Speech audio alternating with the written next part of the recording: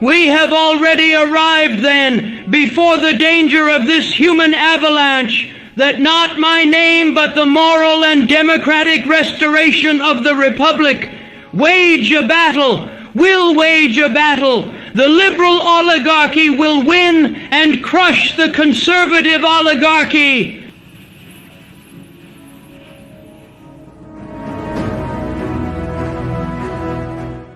It is often said that history is told by the victors, and Hispanic American history has never been an exception to this rule. Due to the interests of power groups, there are characters who have been execrated from official histories, so very little is usually known about them.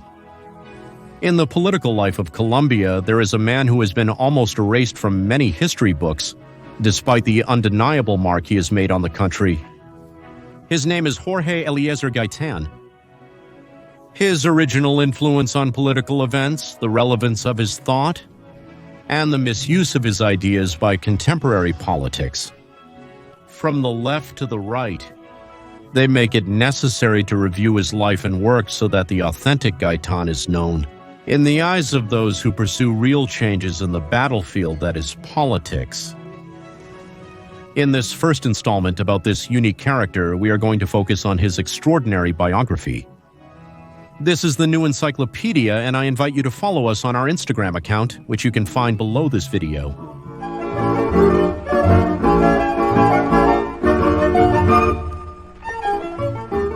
Jorge Eliezer Gaitan was born in Bogotá on January 26, 1903, coming from the popular neighborhood of Las Cruces.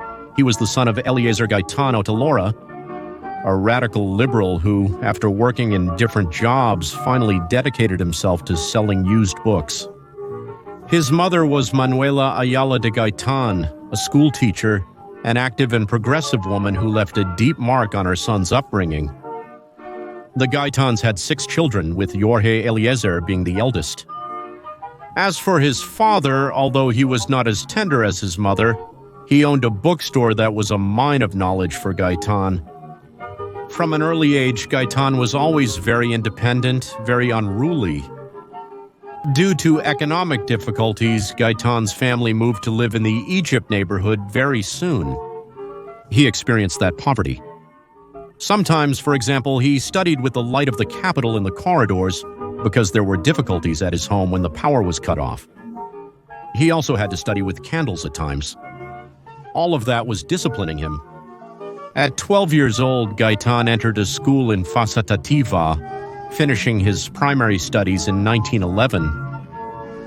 Only 2 years later, he was able to resume his studies by entering the Simón Araujo College, where the children of the well-off liberals studied. It is important to note that since the mid-19th century, political life in Colombia was disputed between the Liberal Party and the Conservative Party. Gaitan graduated from Martín Restrepo Mejía College in 1919, which he entered in his final year of high school. Gaitan was always restless and judicious. His old library is a testament to his thirst for knowledge. Writings from Marx and Engels to reports on the colonial era attested to his intellectual wealth. He was not a rich man with Botero paintings in his office, like the prominent liberal Dr. Eduardo Santos. But he bought small prints where paintings of Greek-Roman culture could be appreciated, as well as sculptures that he positioned well in his study. All those humanist influences, like the readings of Plato and Aristotle, were shaping his persona. Very different from the common contemporary, Gaitan was a politician who knew his country very well. In February of 1920, he entered the Faculty of Law and Political Science at the National University, and 4 years later he obtained the title of lawyer. With his controversial and very important thesis called Socialist Ideas in Colombia, Gaitan's first fundamental ideological element. We are talking about a 21-year-old who dares to write such a work in the context of 1924. Less than 2 centuries ago, Adam Smith, David Ricardo, and John Stuart Mill were instructing the world about capitalism. Until 1917. With Vladimir Lenin, Marx's theses in the Communist Manifesto had not taken any political form. Gaitan feeds on all of this and develops it, but at the same time he was influenced by positivism, whose vision distances him from any dogmatism. Gaitan understood Marxism as an instrument of analysis, as a way of analyzing reality, but not as a political church with saints, apostles, and apostates. Unlike Marxism, Gaitan did not believe that the economy determined everything, but that the economy is just one more factor. Just like ethnicity, religion, climate, sex, among other factors that condition but do not determine reality. Even as a student, Gaitan actively participated in politics. He supported the coalition candidacy of the poet Guillermo Valencia in 1918. And he demonstrated and was a speaker at the demonstrations against Marco Fidel Suarez in March of 1919. He received the important advice that Alfonso Villegas Restrepo gave to the young people of that time in the offices of his newspaper. He also organized the Ruben Darío Literary Society and also established the University Liberal Center, which came to have some political influence. After this, he was elected to the Assembly of Cundinamarca between 1924 and 1925. His early years of professional performance were of extreme difficulty due to his social condition. However, little by little, his brilliance granted him the recognition he deserved. He was part of the liberal student movement, which undermined the foundations of conservative hegemony. With great effort, he managed to save money, and in July of 1926, he traveled to Italy. At that time, fascism had already been established in Italy by Benito Mussolini, from which he would take note for his future oratory and mass politics. There he entered the Royal University of Rome, the most prestigious law school in that country, which was directed by the Italian politician, criminologist, and sociologist Enrico Ferri, a world-famous criminal lawyer, where he obtained a doctorate in jurisprudence. His thesis earned the Magna Cum Laude rating and the Enrico Ferri Prize, and it became a study text in many places. It was titled The Positive Criterion of Premeditation. Gaitan returns to the country in 1928, an intense year both for the young lawyer's life and for the country's politics. He was elected representative to the chamber in March of that year, and in June he led the demonstrations against administrative corruption. In addition to visiting the so-called Banana Zone in December, and this is a fundamental aspect that would mark his political career, in the Banana Zone he investigated the massacre of workers from the United Fruit Company, fictionalized many years later by Gabriel Garcia Marquez in the famous 100 Years of Solitude. The Banana Massacre was a highly determinant event in the political structuring of Gaitan. The so-called banana plantations were an economic enclave of the United Fruit Company multinational from the United States, with no economic relationship with the nation where they were located. This means that the American company did not pay taxes to Colombia or the country where it was located. It also produced and exported the banana camber. It did not pay the workers' salary in pesos, but in notes to be exchanged at the company's own stores. And under this logic, well, the workers did not feel free or subjects of rights. And that's why the banana strike arises, the most important of that period, due to the repression of the national government that, with the army, dedicated itself to defending the enclave of the United Fruit Company instead of the Colombian workers.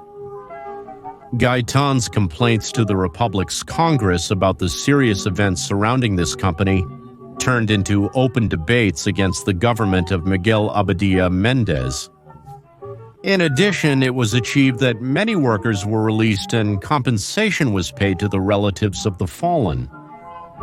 In this way, this is how Gaitan emerges influentially in the country's political life, thanks to his great debate on the banana issue. As a result of this fact, Gaitan will come to say that the land is for the one who works it. He was the only politician then who dared to expose the abuses that financial capital was causing in important sectors of Colombia.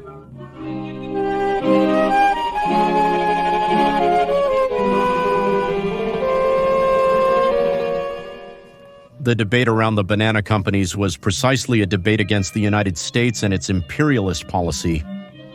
Let's remember that Urrutia-Thompson Treaty of 1914 in which Colombia finally handed over Panama to the United States, with Panama being part of Colombia before, since its creation. A treaty in which Colombia received $25 million. A matter that deeply hurt Gaitan and that also witnessed a popular reaction to the surrender of this territory to foreign interests. Gaitan also had to live in 1930. The end of the conservative hegemony in Colombia, with Miguel Abadía Méndez being the last president of a half-century conservative rule.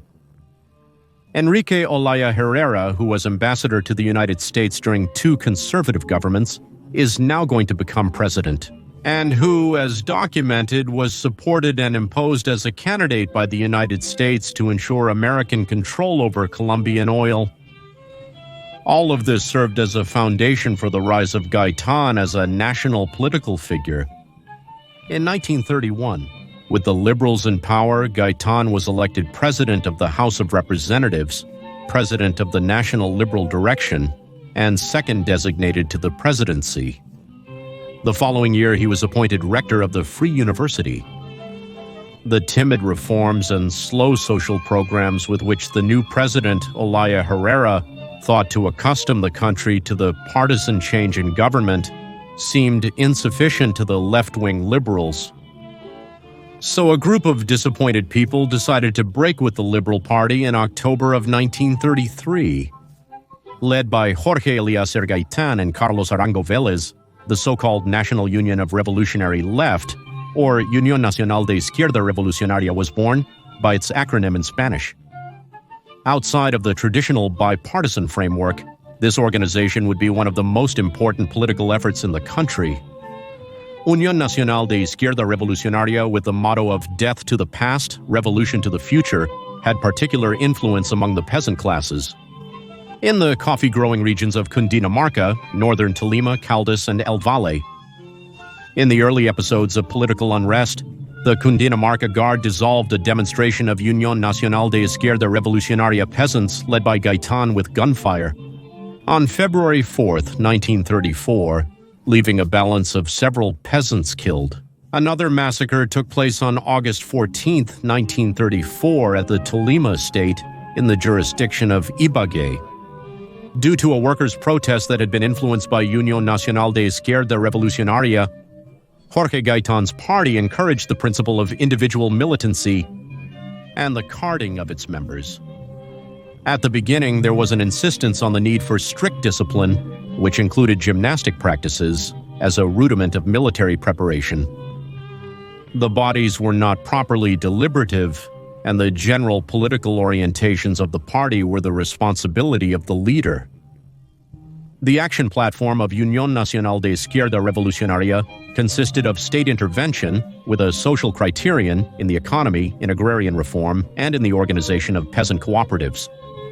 An anti-imperialist nationalism in terms of foreign policy, the constitutional reform that would give less prominence to the president, and social-type legislative reforms, including the creation of a social security bank constituted with mandatory contributions of up to 1 by large companies. Although the movement gained followers not only in the countryside but also within the working sector of the nascent national industry, the tactics for its weakening bore fruit.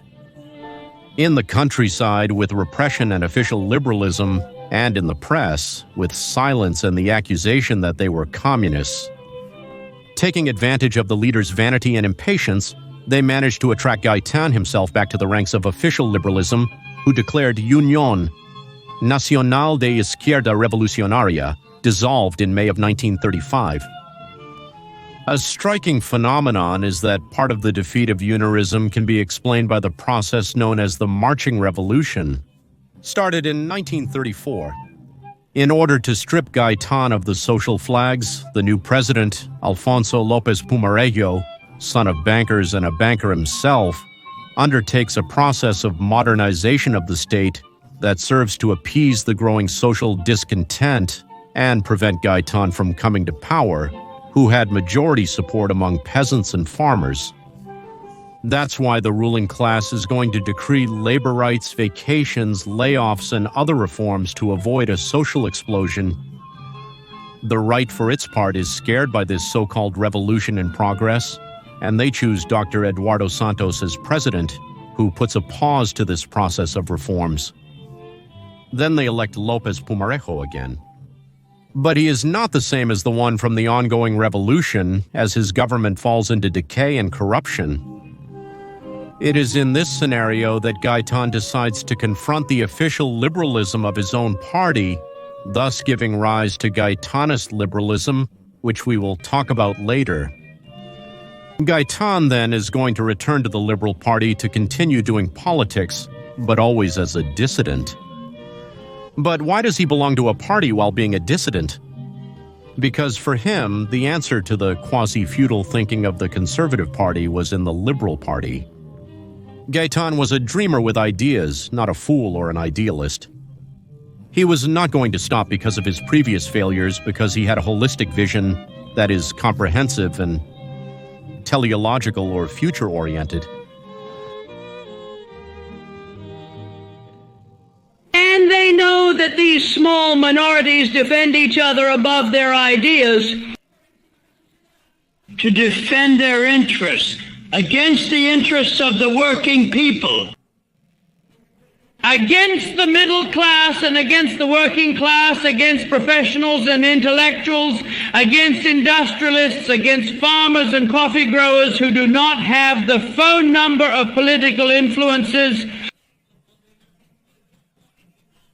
That works the same for the voices of the conservative oligarchy as for the voices of the liberal oligarchy.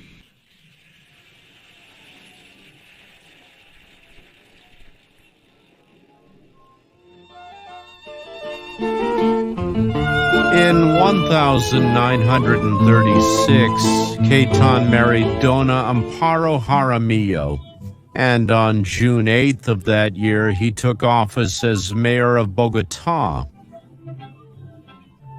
As such, he carried out a progressive, albeit short work, as certain somewhat extreme measures, and the pressure from the right forced him to leave the position. Dona Manuela Ayala died in February 1937. The loss of his mother and his teacher was a hard blow for him, only mitigated by the birth, 7 months later, of his only daughter named Gloria.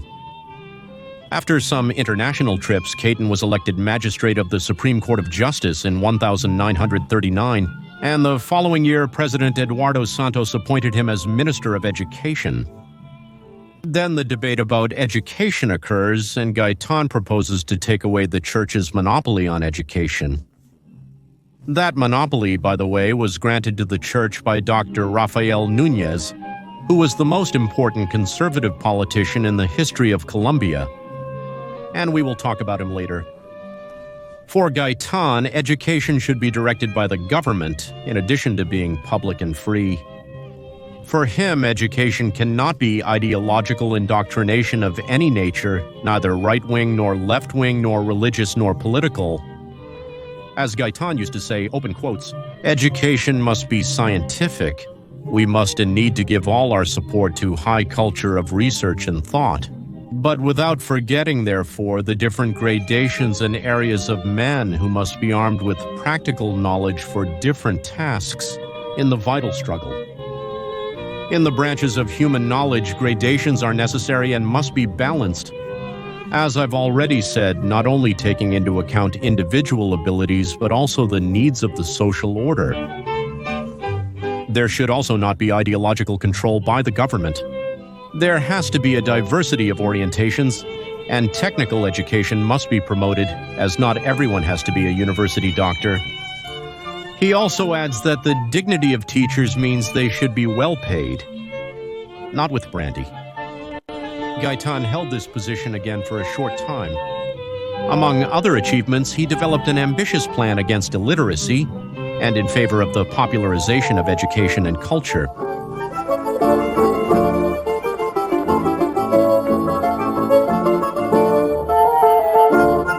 Opposed to the re-election of the liberal López Pumarejo, Gaitan would begin an intense political career in 1941 that only stopped with his assassination. He was a senator for Nariño in 1942, president of the Senate in September of that same year, and a presidential candidate in opposition to the official liberal Gabriel Turbay, creating the Gaitanist liberal movement. More than a traditional and structured socialism, Gaitan's movement was a populist type of socialism, which is not the same as demagogic. Meanwhile, it sought to appeal to the interests of the large popular masses. He was disappointed with the Liberal Party, so he took his agrarian theses and decided to form his own party. The great debate on the agrarian problem comes, and Gaitan says the following: "The agrarian problem in Colombia can be divided into three aspects for better study. First, uncultivated lands in which a subdivision must be made, the uncultivated with legitimate titles, and the uncultivated with precarious or illegitimate titles. Second, cultivated lands with legitimate titles and cultivated lands with illegitimate titles. Third, the relationships between human labor and agricultural capital, which can refer to the first or second case listed and require a special study." Gaitan continues saying, "Then, if the work is the cause of that higher value, it is the worker who should fully benefit from it, and not the one who contributed nothing to the increase of said value. If it is the work that produces, let's pay the worker. Let's pay that tribute to the worker. And let's break once and for all the criterion that the title holder wins everything, even when he makes no effort, and that the worker only has the right to his reduced salary." And to conclude, Gaitan adds, "I believe that the country should come to the expropriation of all lands that are not being worked, with the sole exception of forest reserves previously determined by technique. My basic criterion is that all uncultivated lands pass into the domain of the nation. I am convinced that by virtue of this simple measure, vast territorial extensions will return to state domain, and that they can be handed over prior to technical organization to the peasants for free." One should not lose sight of the fact that this was one of their differences with the socialists of the Congress. Therefore, Gaitan has never been able to fit into the traditional molds of the left. Marx's position for capitalist land was for the state to nationalize and lease to capitalists. For Gaitan, it was not like that. The land should be distributed directly to the peasants and farmers. As expected, the official Liberal Party's offensive towards the Gaitanista movement began. It is at that moment when Gaitan will say that the Colombian people do not have two parties, but that the people have been split in two, so that the ruling classes can manipulate and domesticate it, since there is only one ruling class, which, whether it calls itself liberal or conservative, is distributed at the top of the social scale, the lands and banks of the country for itself. While at the bottom, it puts the people to fight in civil wars or in electoral struggles. That was the great political philosophy of Gaitan. At a time when television did not exist, the voice was of utmost importance. The voice was what communicated. A people who were still learning to read and write, at least they knew how to listen. Gaitan used the radio to share his ideals with the people. He would go to Boulevard Square, where there was a huge radio and the square would fill up completely. But the most important place where Gaitan connected with the masses was at the Municipal Theater of Bogotá, currently renamed as Jorge Eliezer Gaitan Theater. As expected, the theater also filled up completely with both students and townspeople. The people would go out and walk along Bogotá's 7th Street, that's for sure, without breaking a single glass, because Gaitan had his followers very well disciplined. Never again in the country were there such massive demonstrations, nor with so much emotion or faith in their leader. People for moral restoration! People for our victory! People for the defeat of the national oligarchy. People for your victory.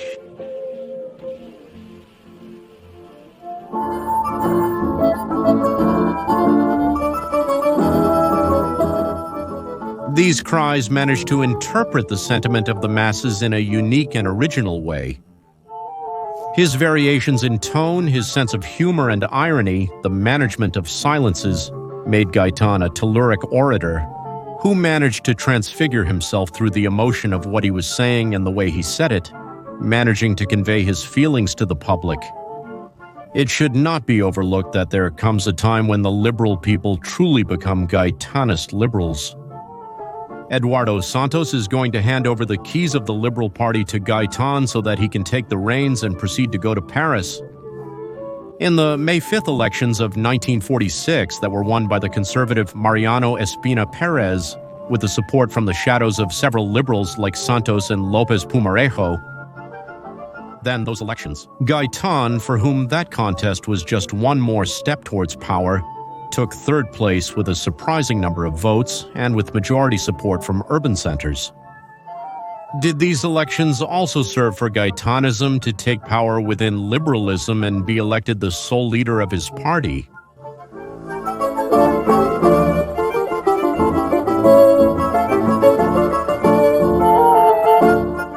His social proposals such as tariff reform, banking reform, agrarian reform, industrialization were outlined at the convention of the Teatro Colón as statutes of the Liberal Party, where he begins by saying that the Liberal Party is the party of the people.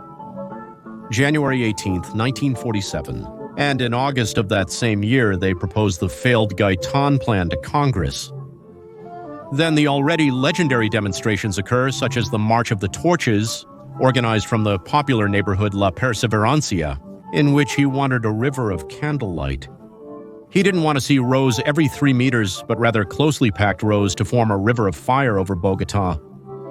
And the overwhelming March of Silence, in which never-before-seen and perfectly organized crowds filled the traditional sectors of both parties with fear with their silence. The Conservative Party begins to attack Gaitanist liberalism and organizes the Chulavitas, a mob of fanatical conservative peasants who attacked and even killed liberals. Seeing the strengthening of Gaitanism, conservatives Lopez Pumarejo and Mariano Ospina planned the fragmentation of the Liberal Party, supporting Gabriel Turbay as the Liberal Party candidate for the upcoming presidential elections. According to Amparo Jaramillo, who was Gaitan's wife, Gaitan and Turbay met at Jorge Eliezer's house, where they had supposedly agreed that Gabriel would support Jorge Eliezer in these elections and that Jorge Eliezer would support Gabriel in the next candidacy.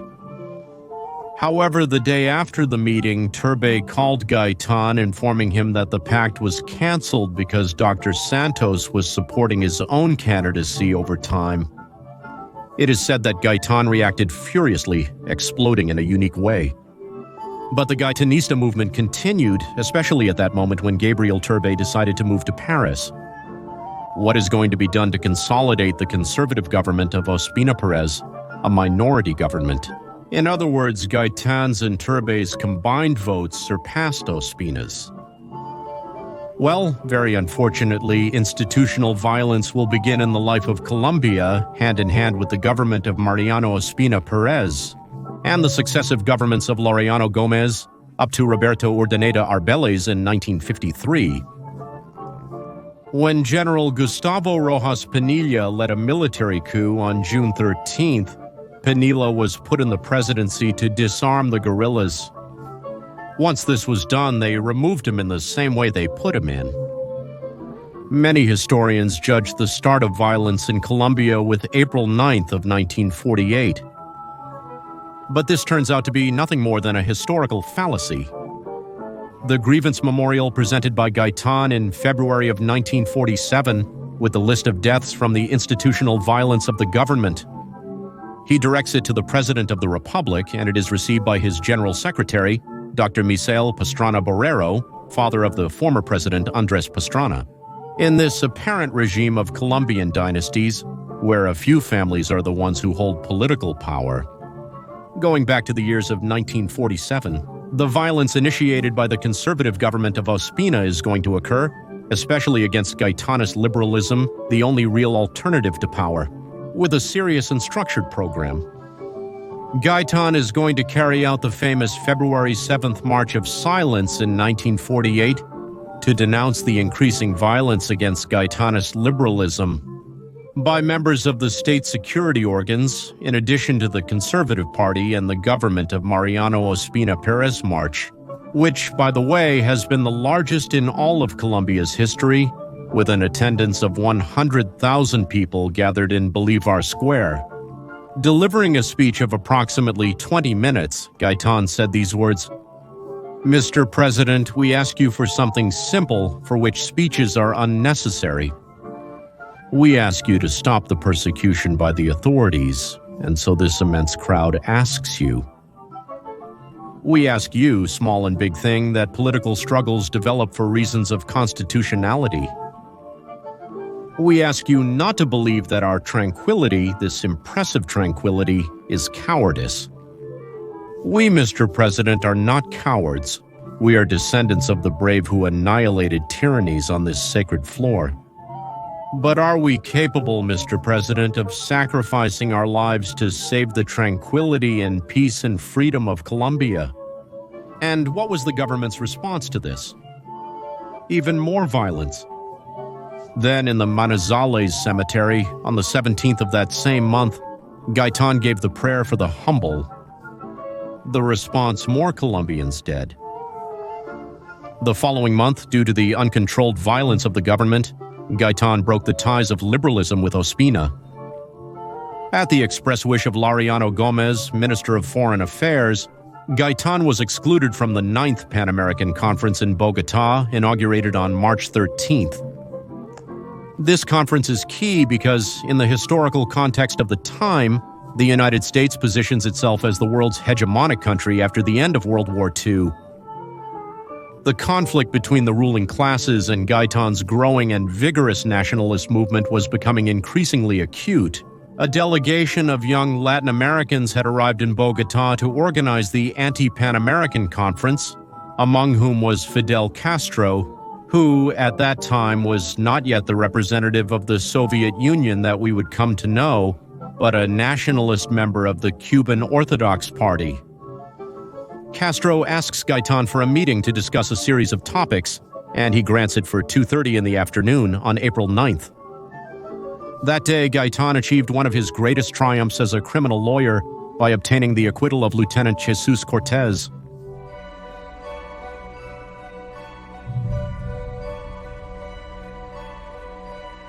Around 1 in the afternoon of that April 9th, as he was leaving the building where he had his offices, Gaitan was shot with a revolver with 3 shots in the presence of some of his friends by a pale young man named Juan Roa Sierra, who was apparently paid to assassinate him and who had come out of the Black Cat Cafe. The news spread like wildfire. Young Sierra is caught and taken to the Granada drugstore to keep him cornered. One of those present asked him what his name was, to which he responded with his name. And then he asks him, "Why did you kill Dr. Gaitan?" To which he replies, "Because I was paid. And there's a gentleman accompanying me at the door." And he couldn't say anything else, because at that moment the crowd broke the gate to enter and they took Roa Sierra away, to lynch him to death. The people decide to take the corpse of the alleged murderer and leave it as an act of protest in front of the president's palace. However, there are those who argue that the murder of Gaitan must have been very well planned, in such a way that the Roa Sierra they caught was actually an incidental victim. As for Gaitan, the people who were at the scene of the incident gathered around his body and picked him up to carry him on their shoulders to the central clinic, while the rest stayed behind cleaning the blood from that race. 7th with 13th Street of Bogotá. And it's worth mentioning that at the time he was taken to the hospital, he had not yet died, but was injured and unconscious. A crowd gathered at the entrance until a doctor came out to report that, despite all efforts, Dr. Gaitan had passed away. Thus was announced the end of the life of this leader, with few comparisons in American history. For his part, Fidel Castro had just finished lunch and went for a walk, waiting for the time of his meeting with Gaitan. Upon learning of what had happened, he runs to the 6th Street police station in Bogotá. The police had decided to rebel to defend the Gaitanista cause and handed out weapons to the people. Interestingly, the police in Colombia were of a municipal nature until that moment. They would later become a national police, as it remains to this day. The assassination of Gaitan, given that he had enough popular support at the time of his death to perfectly reach the presidency, it was the culmination of the entire process of intense violence orchestrated by the government of Mariano Ospina Perez. Thus began the most terrifying day of death and destruction that Bogotá has ever experienced, and the intensification of the growing wave of violence that, with few respites, the country would experience over the following decades.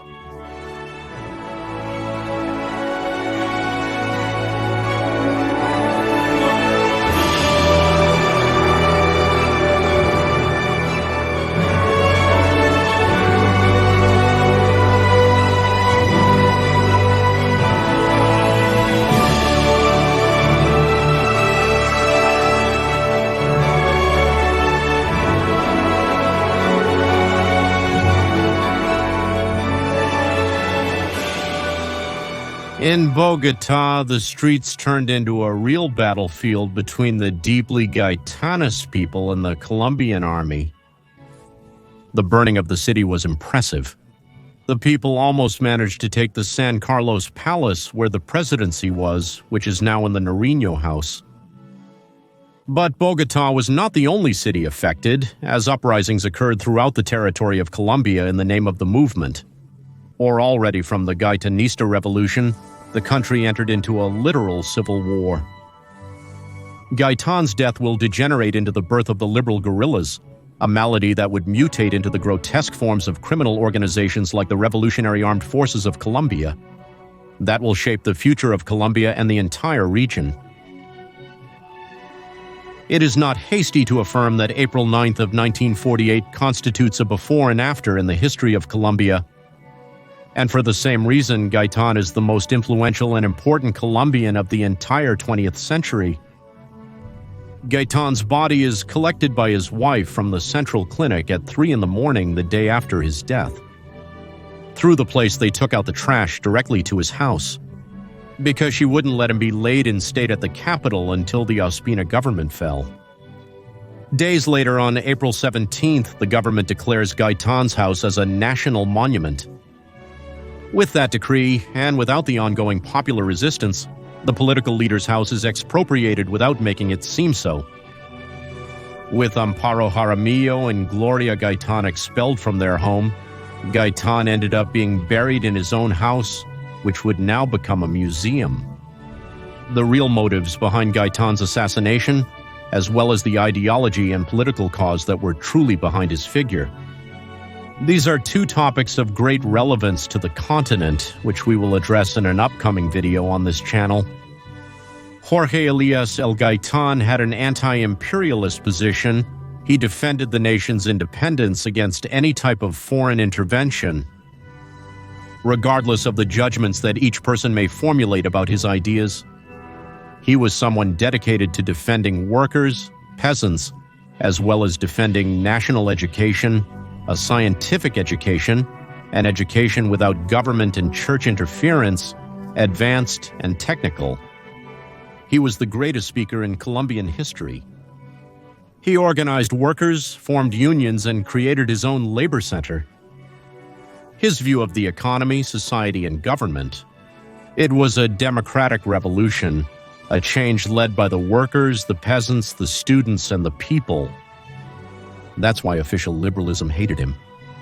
Gaitan's death forever changed the country. Liberal guerrillas and widespread anarchy would not have arisen had it not been for his death. The Colombian 20th century is divided before and after Gaitan. His legacy are his speeches, his ideas, his political actions, the Gaitan plan. Not so they can be copied today, but so they can be understood, reviewed, and updated for the contemporary world. His work is one that should be studied. Thank you all very much for watching this important video about the figure of Gaitan. Subscribe to our channel for more videos on various historical topics if you haven't already. I also invite you to follow us on our Instagram account called The New Encyclopedia, and to leave any kind of comment, suggestion, proposal, and of course to like all our videos. See you in a future delivery and take care.